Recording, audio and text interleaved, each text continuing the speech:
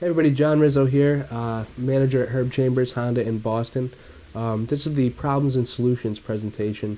I'm going to, be presenting to our managers. However, I feel it can be useful for any dealership to really think about some of these communicational skills and these characteristics of their dealership. Um, Now, the managers here, you all are great at your jobs. We have the potential to be the best in the whole company, but our process is off a little bit in each department, and it's adding up to a lot of lost profit, excuse me. We all feel it in our paychecks. Now, I'll be the first to admit that I'm the fool. I don't know everything about this business. I haven't been here very long, and you guys might be thinking inside that you know how to do this, and you don't even need this presentation. Um, but if you didn't, you'd be selling a lot more cars. So try to glean what you can here, and be adamant about putting the tools that I'll be discussing to work. Because we have a lot of leaks to plug in our boat, and better yet, we need to bring our car in for service. All right. Um, Now each department depends on the others, like the parts of a car. You can't go anywhere if the engine doesn't run or if you don't have seats. Now in our car, it's a Honda Accord, of course. We have the best marketing and advertising on the outside for the quarter panels and the paint. We have a nice website that it's like the Simonized glass coat for the paint. I went to another dealership on Thursday looking for better marketing techniques to bring back to us to bring more people in. But you know what I learned, that our car doesn't need any touch-up paint, no dent work. It looks good on the outside. We're doing a good job marketing. Looks, I'll get back to more later on the reviews, but we're doing a great job marketing our dealership. So that's not the problem here. That's not why we're not selling quite as many cars as we could be. We have all the nice light-up options like the Econ Eco button and steering wheel mounted controls and the BDC that for people first take notice of when they get inside our business development center. They're great. We have a powerhouse 6-liter 3-cylinder engine in our sales team. They're great. They're doing a great job. They're capable of pushing us way faster than we can legally drive. We have the finance department. At first, I thought of it as an exhaust system headed up by Jason there, but I think they're more of airbags and traction control that keep us safe in the long run if we're not making enough profit on the front end. And finally, you have our general manager driving the car down the road. Now we have gas in the car, and customers are coming in the door, but the check engine light is on, and we need to bring the car in for service here. So enough with the car metaphors. Today we're going to talk about the oil of our dealership, though. Our oil is communication.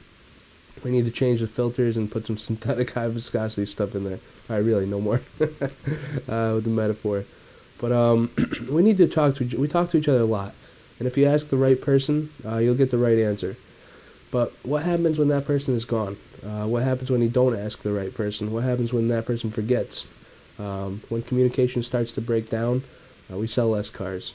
What happens? Excuse me. Compared to another store in our dealership group, we've had 511 leads come in from the website in the past 30 days. They had 400. But they sell 100 more cars than we do. It doesn't make sense. There's no reason that we can't top their sales, but we have small process issues holding us back. And they're really doing a great job. Their dealership is humming. Everything is working like clockwork. And we're not maximizing our potentials and operating our max capacity. So we need to optimize here. And we'll begin by looking at all the different departments and where we can begin. So, our business development center. Excuse me. Our business development center is basically our call center. That's where we hopefully reach out to other customers, all the customers, touch base, we check in if they've had a good visit. But we haven't been using our board, all right, our call board, just basically, I've got some pictures and things, but I'll be showing you. But we'll go to close-ups on that in a minute. We need to start using the board, and we need to fill it up. How many calls did Amy make yesterday? How many auto alert calls? How many appointments? Who's working tomorrow and what times? All this information should be on the walls. The board is not for pleasure, but encouragement and communication. All right, or pressure. Excuse me. It's not for pressure. It's for encouragement. You got to remember that. It's not just for the business development center, but it's for everyone else to see as well. These people, when you get into it using the board and it's full, the salesmen walk over, they can see you got a full board full of appointments. They're excited about getting ready to sell some cars. General managers, they're all going to see this. They're going to know that you're doing your job, first of all. They don't have to ask who's coming in at what time. They can see it. They don't have to ask, for your schedule, who's supposed to be here right now, who's not here right now. They can go read it for themselves. If they really want to ask, they can, but then you can refer them right to the wall and the information right on the wall. So here are the examples that are working at the Econ store. I'll go for a close-up of that. As you'll see here, this is their business development center's board. Very happy because they have a full board. Now you'll see that the red is here for appointments. These are all their appointments. Everyone would have a red. Yellow is appointments that have shown. They change it to a yellow. Green have sold, so they change it to a green with little magnets. Black is a lost sale. They just colored it in black, and then they put a star in the ones where the person is actually coming and they had a lost sale to visit. So now people see this, they think, oh geez, these guys are, they're really working hard back there.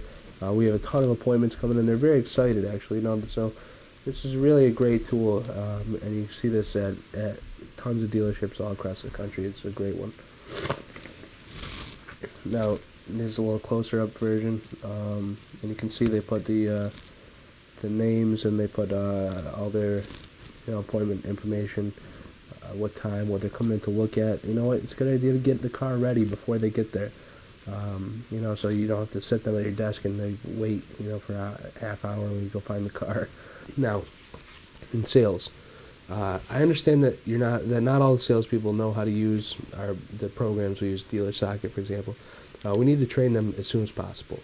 Corporate wants us to know, they want to know why our floor traffic is down, and it's not. But if we aren't putting in customer information when they walk in the door, the business development center can't follow up with them and get them back in if they leave. They can't really do their job effectively, and that's important to think about, and important to realize how this whole machine works smoothly. Similarly, there have been times when I've had to ask a customer to find a salesperson, to help a customer find a salesperson, because there were literally no salespeople to be found on the floor. The in and out board really helps this problem at the other stores. You can just move a little thing over, the magnet over when they are here or not. Beyond that, a big deal is, why aren't we pushing for more reviews? Customers won't write a review for the dealership, but they'll write a review for a salesperson that they've developed a relationship with, and has made them feel comfortable through the process of the second biggest purchase of their lives. You really have to wow them, all right, to get a review. They don't just go and write good reviews because they had a mediocre experience. They write bad reviews because they had a horrible experience, or even just a kind of bad experience, I suppose. But they really don't just go and pop on reviews. You have to wow them. If they do write a review, that means they're also going to tell their friends. And lots of people look up reviews way before they decide to call us. I read a report the other day that said that something like 94% of people decide to go to social media or review sites before they actually come to buy a car in America. Excuse me. I've got a list here, starting here. These are all, our reviews for the past 2 years. It should really be a lot thicker than this. There are only about 50 reviews here, and a lot of them are negative. So we'll go through those a little later too, but something really important to think about. I don't know the situation on a lot of these reviews, but neither do any of our potential customers shopping online. They'll take the time. It'll take time, to get these up to par, and they depend on above and beyond service. But the top spot on Google means nothing without 5 stars next to our name.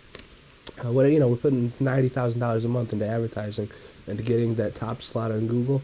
But if it shows 3 stars or 2 stars, and the guy below us or 5 below us has 5 stars, they're gonna go with that guy, because why would you go and give somebody a second shot? The owner of the group is always mentioning, a sushi restaurant, for example. I'm not gonna give a sushi restaurant another shot if somebody said the sushi was bad or old, or Yeah, I don't want to be there. I don't want to be their guinea pig. I don't want to give them another shot. I want to go somewhere where people said, "Hey, it's great sushi. Hey, it's good fish. Come here because it tasted really good." I'm not gonna go give somebody else a second shot to say, "Hey, I bet they could do better. I'm gonna try." No. Anyways, what it really takes to get good reviews is it takes a servant's heart. You have to really go in and you have to want to help them. You have to want to open doors for them. Make them feel good. Get them water. Get them whatever they want. If it takes putting $1 in a machine, getting them a Snickers bar, get them a Snickers bar and make them feel better because it'll go into your paycheck in the end. Used car department. A used car list needs to be out every morning at 9 a.m. highlighted with locations. What cars are at the body shop right now, and which shop, which cars are at the wash bay, which cars are being detailed, which cars aren't here yet. Now this board shows all the numbers. You got all your phone numbers for the different body shops here, who the contact is, and the shop. Basically any numbers or things that you think that people might need. You want to have them up on the walls, easy access to them, and it'll help things go a lot smoother day to day. This is just improving communication at your dealership will make everything just run smoothly and ultimately you'll sell more cars. Now we have intercompany loans, the store, the vehicle, the date that it's coming from, what cars are at the auto body shop, when they're coming back, when they went, who to talk to. So you have really all the information right at your fingertips. The finance department. How many appointments do you have today? What times are customers coming in? We need a schedule, basically, on the wall, and for appointments to make sure that the cars are ready if they're being delivered.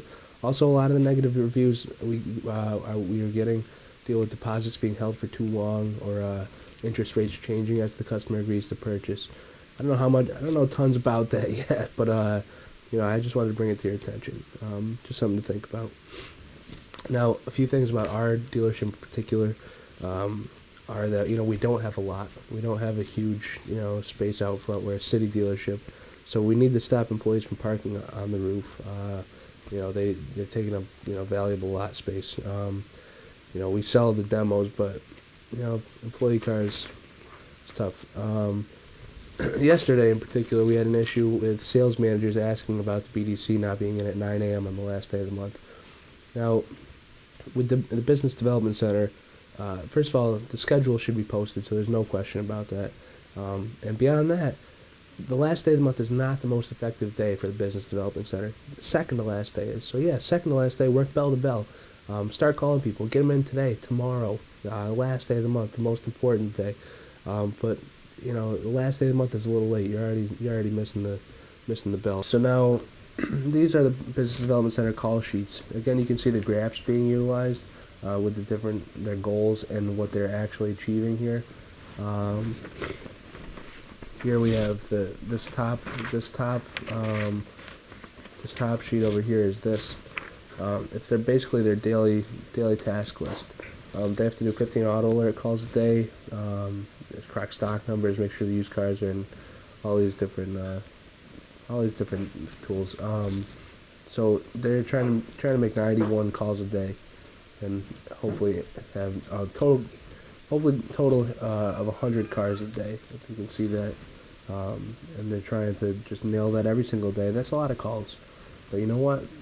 Out of those calls, how many are going to be appointments? How many are going to be actually sold? Lots. So just stick with it and get there.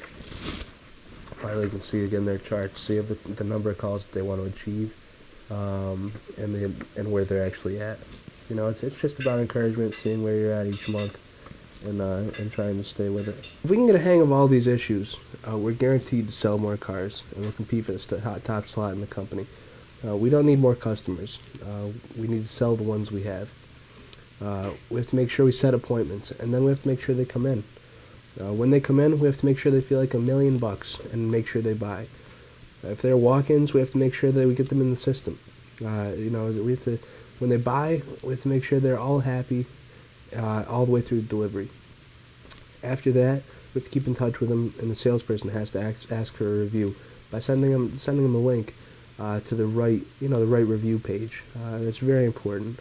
Anything more would be great. One example that I learned from the other general manager was that, you know, I thought this was really nice. He learned that one of his customers was in a local band, in a family band or something. He decided to pay us for a small Facebook advertising campaign, like $20, $50 or something, for their band. This got them talking about the genuine human spirit of the dealership to all their friends. One of their friends came in to buy a car a few days later, but I'm sure they were talking to people all over and talking at their shows, and all their family, their friends. Everybody knew that the dealership really had done something really special and really nice for them. So try to walk away from this thinking of how you can make the experience better for everyone you talk to. All right. Now, there's a lot of ideas here. Just try and bring some of them to the table, and you'll, believe me, you'll do a better job. You just need to get things flowing a little more smoothly and a little more, just a little more fluidly at the dealership. A lot of these tools can really help if you can take the time to try and institute them. So, thank you for your time and consideration. Again, Jon Rizzo, manager at Herb Chambers Honda in Boston.